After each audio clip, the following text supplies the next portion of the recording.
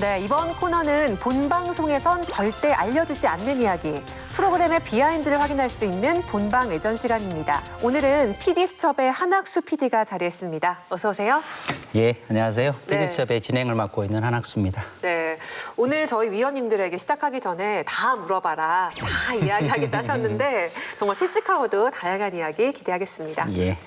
네, 그럼 지금부터 MBC 대표 탐사보도 프로그램 PD수첩을 주목해봅니다. 지난 30년 성역 없는 취재를 지향하며 한국 사회 곳곳의 문제를 거침없이 파헤쳐온 PD수첩. 그간 황우석 논문 조작 사건, 4대강 수심 6m의 비밀, 검사와 스폰서 등 사회 구조적 이슈와 권력층 문제를 겨누며 PD 저널리즘이라는 신조어를 만들 만큼 파급력이 큰 방송을 이어왔습니다. 언론 탄압으로 인한 어려운 시기를 거치면서도 꿋꿋이 시대의 정직한 목격자로서의 길을 걸어온 PD수첩. 올해로 30주년을 맞아 21대 국회에 바란다 2부작을 기획해 국민의 목소리를 대신했는데요. 일부 국회의원 그들이 일하는 법에서는 지난 20대 국회에서 처리되지 않은 법안에 주목하고 이어진 2부 금배지의 자격에서는 국회의원의 자격에 대해서 물음표를 던지며 21대 국회에 유의미한 메시지를 전달했습니다. 부디 21대 국회는 이전보다 한층 더 나아진 성숙한 정치를 보여주기 바랍니다. 권력에 굴하지 않고 성역 없이 취재하는 30년 역사의 탐사 보도 프로그램. 바로 PD수첩을 있게 한 것은 국민들의 지지와 사랑이었습니다. PD수첩은 저희 제작진의 것이 아니라 정의와 인권 그리고 평화를 원하는 모든 국민들의 프로그램입니다. 네, 1990년 5월 8일 첫 방송 이후 국민의 눈과 발이 되어 뛰어온 PD수첩이 올해 30주년을 맞았습니다. 축하드립니다. 예, 돌이켜놓고 보자면은 PD수첩을 초등학교 때 보았던 어린이가 지금은 40대가 됐다는 거잖아요. 네. 한 세대를 관통하는 또 한국 사회의 역동적인 흐름을 그대로 반영하는 프로그램이었다라는 생각이 들고 초기에 90년대에 출발했던 시기는 길게는 뭐 3분에서 5분 정도 했던 그런 그 카메라 고발을 벗어나서 조금 심층적인 취재를 이제 처음으로 PD들이 했던 그런 시기였기 때문에 안녕하십니까. PD수첩의 고장서입니다. PD수첩 김상옥입니다. 미군 궤도 촬영에 의해서 두 여중생이 사망한 지 2달이 그때 비로소 이제 PD 저널리즘이라는 말이 등장하게 되었고 이웃집 아저씨 같은 PD들이 나와서 조금 투박하긴 한데 그리고 약간 좀 어색하기도 한데 그리고 조금 거짓말은 안 할 것 같은 그러면서 뭐 되게 당시의 시대 정신을 반영하는 그런 좋은 소재들을 많이 방송했다고 생각되고요. 저희로서는 자부심을 느낍니다. 그렇죠. 위원들은 PD수첩에 대해서 궁금증이 무척 많으실 것 같은데 우선 30주년이 갖는 의미는 어떻게 보고 있으신가요? 30주년이라고 하면 정말 이제 항상 내 곁에 있었던 프로그램이지만은 지금까지 지켜왔던 것 자체가 당연하게 그냥 흘러서 가능한 게 아니라 사실 굉장히 계속 싸워왔기 때문에 가능한 30년이었고 앞으로 또 10년, 20년, 30년을 또 그렇게 지켜나가기 위해서는 우리가 이걸 좀 당연하게 생각하진 말아야겠구나. 같이 지켜나가야 되지 않을까라는 그런 생각이 드는 30주년이었습니다. 그 30년을 버텨온 힘은 결국엔 이 PD수첩의 어떤 모토에 있는 것 같습니다. 첫 방이 이제 1990년 5월 8일인데 이때 피코 아줌마 열받았다. 죽을 수는 있어도 쉴 수는 없다. 죽을 수는 있어도 쉴 수는 없다. 그때 당시에 여성 인권, 여성 노동 어떤 이런 문제를 다뤘다라는 게 사회적인 어떤 그런 반향이 많지 않았던 때인데 그 출발점부터가 결국에는 사회적 약자 그리고 국민을 향해 있다라는 게 참 보여지는 그런 출발이었거든요. 앞으로도 이 국민의 신뢰와 믿음을 쌓을 수 있는 프로그램 만들어주시길 바랍니다. 네, 그럼 본격적으로 30주년을 맞은 PD수첩에 대해서 그간 궁금했던 점들을 허심탄회하게 이야기 나눠보겠습니다. PD수첩의 제작과 관련해서 어떤 부분이 가장 궁금하실까요? 지금은 저희가 뭐 자연스럽게 탐사 저널리즘이라는 용어를 사용하고 있지만 사실 저널리즘 영역에서 그렇게 오랜 전통을 가지고 있는 부분은 또 아니기도 해요. 우리가 보통 일상적으로 생각하면 기자들의 어떤 전유물이라고 생각했던 취재와 보도 영역인데 사실 PD수첩이 이 PD 저널리즘이라는 새로운 영역을 좀 만들었다는 생각이 들어요. 그렇다면 실제 저널리즘 현장에서 PD가 하는 취재와 보도는 어떤 장점이 있는지 한번 들어보고 싶습니다. PD들이 취재할 때 기자들과 약간 좀 다른 점이라고 할까, 조금 장점이라고 한다면 저희에게는 출입처가 없다는 거예요. 1년 내내 2년, 3년 동안 계속 그분들하고 같이 지내면서 출입처에 있지는 않기 때문에 저희로서는 어떻게 보면 눈치 볼 게 없는 것이고 있는 그대로 이해관계 없이 드러낼 수 있다는 그런 게 아무래도 가장 큰 장점이 아닐까 하는 생각이 좀 듭니다. 말씀해 주신 것처럼 항상 이제 성역 없는 비판을 하셨고 저는 이제 거기에 대해서는 분명히 이제 PD수첩이 잘한 것이라고 생각을 하는데 황우성 논문 조작 사건을 보면서 제가 그때 그런 생각을 했어요. 정치 권력이나 대기업이나 뭐 종교를 비판하는 것까지는 사실 박수를 쳐주는데 영웅을 비판했을 때는 사람들이 이렇게 마음이 확 돌아서는구나.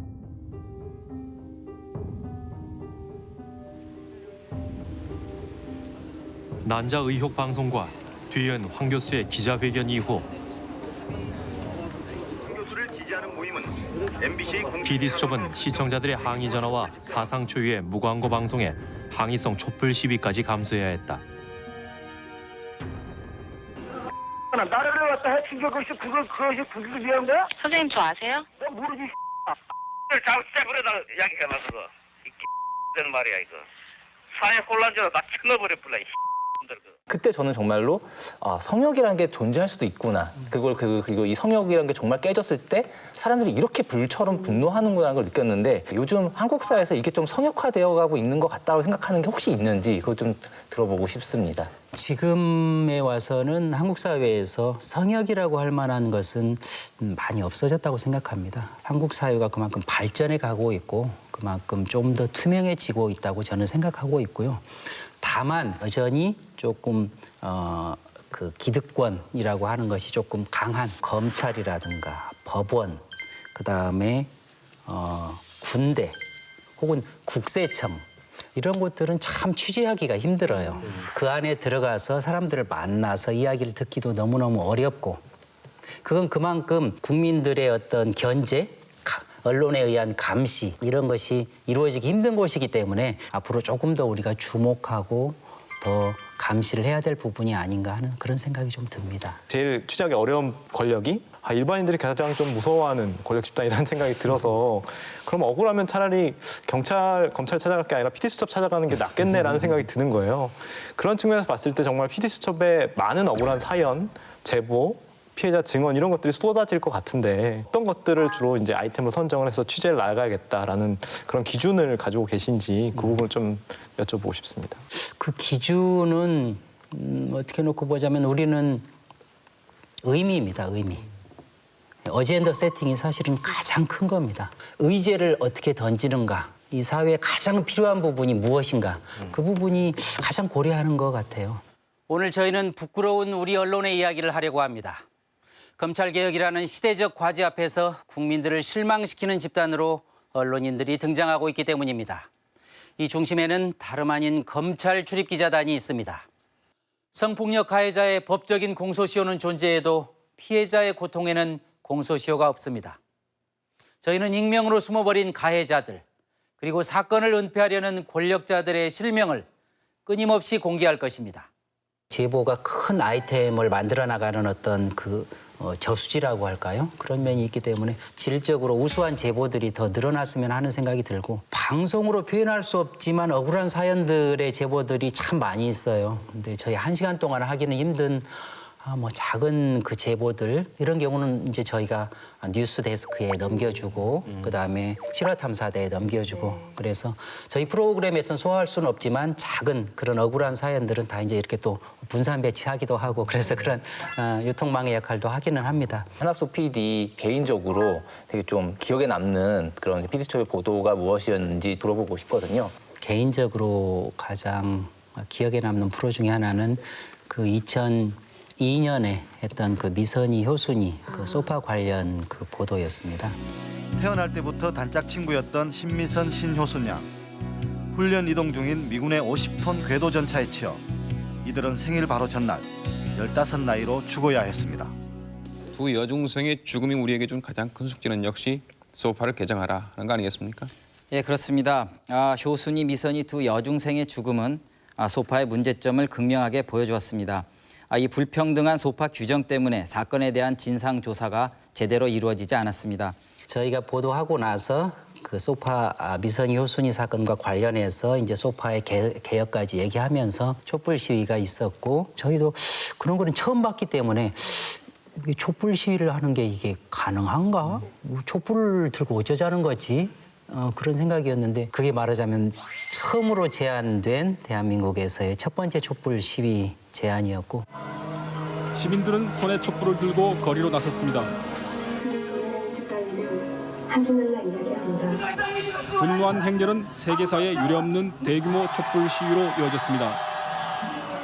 PD수첩이 그 촛불 시위의 첫 번째 불을 당겼다라는 측면에서 놓고 보자면 또 한편으로는 뜻깊기도 하고 또 그렇죠. 광우병 사태도 그렇고 PD수첩하면 촛불이죠. 네. 사실 이제 그 30주년이기도 하지만 사실 이제 그 저희가 좀 언론 탄압의 어떤 10년이라고 하는 것이 좀 암흑기가 있었는데 MBC는 어느 순간에 대단히 이상하게 어용을 바뀌었더라고. 그러니까 벌써 티가 딱 나니까 방송을 벌써 안 보게 되더라고 시청자 입장에서. MBC 좀 보세요. 원래 봤었는데 안 보거든요. 왜 안 보는지는 알잖아요, 다들. 자성에 좀 목소리를 내시긴 했지만 그렇다면 이제 앞으로 PD수첩이 어떻게 가야 될 것인가 좀 다른 고민들의 지점이 생기지 않았을까 싶어요. 예, 맞습니다. 말씀하신 것처럼 사실은 2008년에서 시작해서 2017년까지 이어지는 8, 9년 사이에 뭐 이게 가능해? 라고 하는 일들이 너무 여러 가지 일들이 일어나서 저희도 당혹스러웠고 그건 단지 우리 분야만 있는 일은 아니었을 거라고 생각합니다. 다른 뭐 여러 가지 분야에서도 뭐 그런 일들이 일어났을 텐데 우리가 반성하고자 하는 것은 왜 그런 일들이 일어났을 때 우리는 시스템적으로 이것을 방어할 수 없었을까? 이것을 개인의 결단의 문제가 아니라 시스템적으로 어떻게 이것을 막아낼 것인가? 그것이 어떻게 보자면 민주주의 시스템을 지켜나가는 것이고 언론의 자유를 지켜나가는 문제이기 때문에 고민스러운 주제입니다. 지금 어쨌든 다시 돌아오셨을 때 그 2018년에 이제 재정비에서 돌아오셨잖아요. 힘든 그런 시간을 겪으면서 뭐 여러 가지 느낀 점도 많으실 거고 그때 하셨던 말이 그 인터넷상에서 굉장히 큰 화제가 됐어요. 큰 칼을 부여받았기 때문에 크게 휘두르겠다. 이게 제 빅데이터 전문가입니다. 거기 안에서도 이 큰 칼이라는 키워드가 상당히 화제가 됐었어요. 제대로 휘두르고 계신지 또 어떤 점을 보완하려고 노력하셨는지 좀 궁금해요. 편하게 받아주셨으면 하는 느낌인데 큰 칼이라고 하면 이제 PD수첩이 그 표현을 썼던 것은 우리는 왜 자꾸 소소한 일에만 분노하는가. PD수첩이라고 하면 대한민국의 탐사보도의 가장 그 맏형격인데 좀 더 큰 문제, 남들이 다루기 어려운 문제 그런 문제를 우리가 다뤄야 그래도 맏형이지라는 그런 취지에서 이제 큰 칼을 얘기한 것인데 굉장히 거만한 분인 줄 알았어요. 프로그램 상에서 제가 이제 앵커로 있을 때는 아무래도 조금 더 좀 더 근엄하고 또 입 바른 소리만 하기 때문에 저의 진 면모를 모르시죠? 제가 코믹한 인물입니다. 네. 갑자기 자기 어필을.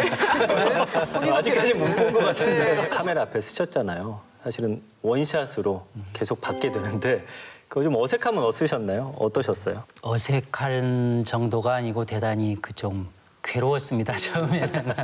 여러분 안녕하십니까? PD수첩에서 새롭게 진행을 맡게 된 한학수입니다. 제가 지금 타고 있는 이 배는 길이가 221m나 되는 대형 화물선입니다. 그런데 구조 신호를 보낸 지 불과 5분 만에 바다로 가라앉았습니다. 그 바람에 22명의 승무원이 실종됐습니다. 이렇게 커다란 배가 도대체 무슨 이유로 순식간에 가라앉았을까요? 스텔라 데이지오가 침몰한 비밀 하나하나 밝혀보겠습니다. 분장하는 것도 조금 어색하기도 하고 그리고 또 한편으로는 어떻게 많은 사람들 앞에서 이게 뭔가를 이렇게 잘 표현해야 된다는 그런 부담감이 컸기 때문에 뭐 어쨌든 좀 더 자연스럽게 진행해 보려고 노력을 하고 있는데 그 어색함이 중독이 됐는데 말투에 중독성이 있어요. 네, 맞아요. 2018년에 저희가 이제 새로 복귀하면서 가장 변화시키고자 했던 것은 아마 두 가지였던 것 같아요. 하나는 실명 보도를 하자.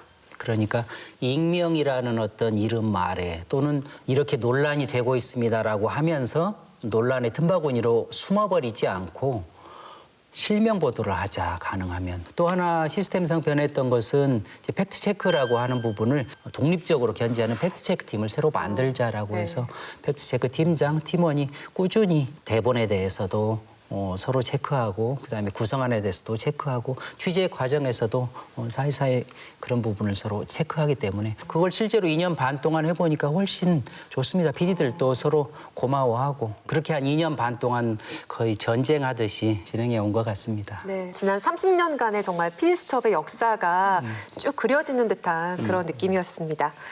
네, 이번에는 30주년 특집 방송에 관한 이야기를 나눠볼까 합니다.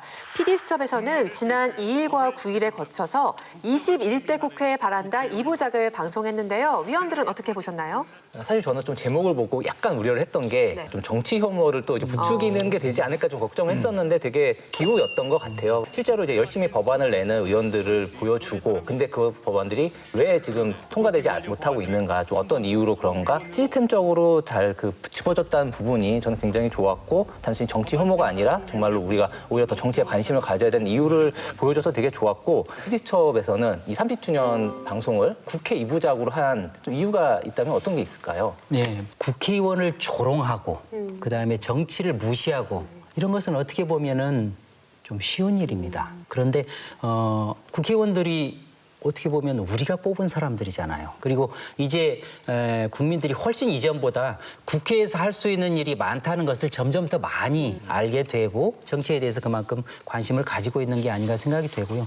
우리 삶에 직결되는 그런 문제들이 실제로 국회에서 만들어지고 그것이 제도로 만들어지니까 뭔가를 바꾸고는 싶은데 그리고 이번 국회에서 많은 일을 좀 했으면 좋겠는데라고 하는 그런 소박한 바람 이런 것들이 좀 많이 담겼던 것 같아요. 소박하진 않은 것 같아요. 저는 일단 이번 특집 1, 2부 보면서 1부가 정말 상당히 인상적이었어요. 헤어진 전 남자친구에게 스토킹을 당하다 처참하게 살해된 김선정 씨 사건은 몹시 충격적이고 가슴 아픈 사건이었습니다. 친구들한테 무서워 죽겠다 그러는데 왜 아파트 얘기를 안 했어? 그 얘기를. 스토킹을 중범죄로 인식하고 일찌감치 법이 마련된 외국과 달리 우리나라에는 관련법이 없어 피해자들은 계속 고통을 호소하고 있었습니다. 응급처치를 하는 의료진 사이에서 수술을 맡은 A 원장의 모습이 보이질 않습니다. PD수첩에서는 무면허 대리 수술, 유령 의사, 공장식 수술의 문제를 계속 제기해왔습니다. 수술실 CCTV 설치는 의료계의 잘못된 관행을 뿌리 뽑을 대안으로 떠올랐고 법안도 발의됐습니다. 그런데 법안을 공동 발의한 의원들이 갑자기 동의를 철회하는 예상 밖의 사태가 발생했습니다. 병원 협회에서 상당한 압력을 가하거나 그 지역의 이익단체로서의 그 행동이 액션이 강하기 때문에 의원들이 거기에 대한 주춤하지 않나 이런 생각을 갖습니다. 이견이 좀 많다 보면 다수결로 통과시켜낼 수 있는 구조가 아니거든요. 웬만하면 이제 상임위 내에서 의견의 통일성들을 높여내기 위해서 좀 숙성시키고 있는 단계다 이렇게. 사실은 통과되지 않은 여러 법안들에 대한 이야기가 나왔는데 그중에서 이 스토킹 관련 법안을 가장 먼저 다룬 이유가 뭔지 궁금하더라고요. 사실은 저희도 이제 이번 국회에서 꼭 만들어졌으면 하는 법안들이 정말 너무너무 많은데 그중에서 이제 스토킹 법안이 이렇게 비중 있게 이렇게 다뤄진 것은 저는 상징적인 법안이라고 생각했거든요. 그러니까 이게 뭐 스토킹이 나쁘다는 건 누구나 다 아는데 십몇 년 전부터 있었던 일인데 그래서 그런 너무나 상식적인 반드시 해야 될 그런 사안들이 왜 안 되는가에 대해서 저희가 이제 둘러보고자 했던 것이고. 제 법 같은 경우가 2016년도에 이제 전문위원이 예를 들면 이제 그렇게 얘기하는 거죠. 기존의 법 체계하고 좀 맞지 않는다. 혹은 입법 뭐 비교법으로 봐도 뭐 입법적으로 굉장히 신중해야 된다. 법안이 발의되면 상임위 소속 연구원과 전문위원들이 검토 의견을 내는데 거기서 논쟁의 여지가 있다거나 신중하게 접근해야 한다고 하는 순간 그 법안은 심사조차 받기 어려워진다는 것. 그러니까 사실 이거는 하지 말자는 얘기거든요. 그러니까 사실은 이 스토킹이 범죄의 특수성을 이해하고 그것에 맞춰서 구조를 짜고 그다음에 새로운 인식이 필요한 이런 건데 오히려 그런 노력을 하지 않고 그러니까 거기서 충분히 못 다뤄지는 거죠. 시스템적으로 왜 이 절차들이 제대로 안 지켜지는가, 어디에서 이제 막히고 있는가, 동맥경화증의 한 부분을 이제 정확하게 지적하고 싶었는데 잘 봐주셨네요. 네. 굉장히 답답한 면이 있었는데 스텐트 시술 잘해주신 것 같고요. 아무튼 이런 식으로 좀 국민들의 눈높이에서 쉽게 좀 앞으로도 설명해 주셨으면 좋겠다는 생각을 해봅니다. 예. 저는 이번 그 30주년 특집편 보면서 전직 국회의원 4분이 나와서 현재 법안이 통과되지 못하는 어떤 절차에 대해서 굉장히 이제 허심탄회하게 문제점이 뭐고 대안을 제시해주는 부분은 좋았어요. 좋았는데 결국 이분들이 현직에 있을 때도 사실 해결하지 못했던 문제들이었고 한 분 제외하고는 대부분 불출마 선언에서 21대 국회로 가지 않으신 분들이란 말이죠. 디지털 그 성범죄 관련돼서도 사실 이번에 엠번방 사건이 없었다면 저는 20대 국회에서 이거 통과 안 됐을 거라고 보거든요. 그러니까 결국은 대한민국 국회에 아직까지는 우리 사회의 어떤 청년층이라든가 노인층이라든가 어린이라든가 여성이라든가 그러니까 사회 주류 세력이 되어 있지 못한 사람들에 대한 이 법안 처리는 확실히 더딘 것 같아요. 진짜 1년에 10건, 20건만 처리하더라도 뜨거운 감자들을 제대로 다루는 게 국회가 해야 될 일이지. 제가 경험했던 20대 국회는 한마디로 표현하자면 전쟁 같은 국회였거든요. 상대를 적으로 두고 타협 없고 상대방을 쓰러뜨리면 영웅이 되고 이제는 21대 국회는 전쟁이 아니라 경쟁하는 국회였으면 좋겠어요. 20대 국회가 탄핵이라는 어려운 문제를 헌법적으로 슬기롭게 했다는 점에서 우리 너무 그렇게 폄하하지 맙시다.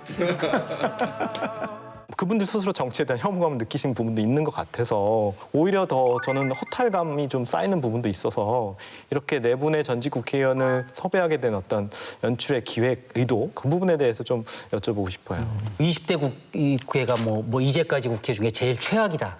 이런 것들은 대부분 매년 4년마다 나오는 선정적인 기사라고 저는 생각하거든요. 국회는 어떤 식으로든 4년에 한 번씩 계속 고쳐나가면서 정당이 발전해온 것만큼 한국 정치도 성장해오고 있습니다. 그런 의미에서 놓고 봤을 때 20대 국회에 잘한 점과 못한 점, 특히 가장 아쉬웠던 점이 무엇인가를 밝혀내고자 했고 그것을 제도적으로 보여줄 수 있다면 그러면 좀 도움이 되지 않을까 하는 그런 이제 고민이 있었고요.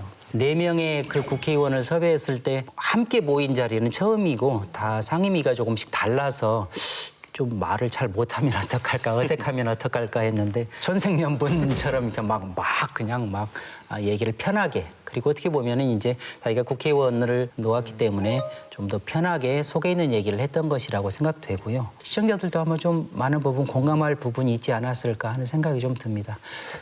사실 이제 그 PD수첩 이번 30주년 특집에서 아까 말씀드렸듯이 이제 그동안 PD수첩 그렇게 다뤄왔지만 사실은 해결되지 않은 수많은 문제들을 보여준 거잖아요. 사실 그때 해결되지 않았기 때문에 이번 또 특집이 가능했던 거긴 한데 뭐 답답하거나 좀 그런 불만족이 생길 수도 있었을 텐데 기분은 어떠셨는지 그리고 그럼에도 좀 안 지치기 위해서 좀 어떤 노력을 하시는지 좀 들어보고 싶어요. 지치죠. 지치고요. 이렇게 여러 번 했는데도 제도가 바뀌지 않는 것들이 꽤 되는구나라고 하면서도 한편으로는 하다 보면 결국 바뀌는 것들이 더 많았기 때문에 예를 들면 저희가 방송을 매해 한 45회 정도 하는데 2년 반 동안 저희가 한 120회 정도 이렇게 했지 않습니까? 그중에 저희 프로그램과 관련해가지고 재판에 넘겨지거나 구속되거나 뭐 이런 사람들이 20명이 넘습니다. 또 실제로 어떤 이야기를 했을 때 해당 부처에서 그 제도를 바꾸기 위해서 실제로 노력을 합니다. 조금이라도 사회에 기여했구나라는 그런 생각을 가지죠. 네, 오늘은 PD수첩의 한학수 PD와 함께 많은 이야기를 나눠봤습니다. 한학수 PD 오늘 함께한 소감이 어떠세요? 질문들이 아주 고급졌습니다. 탐나는 지금입니다. 예.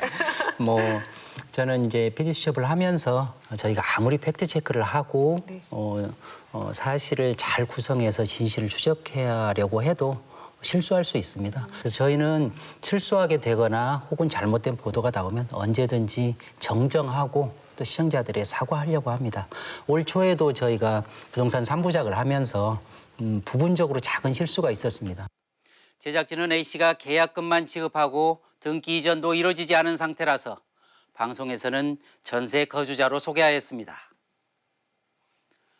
하지만 제작진이 아파트 계약 부분을 알리지 않은 것은 잘못이었습니다.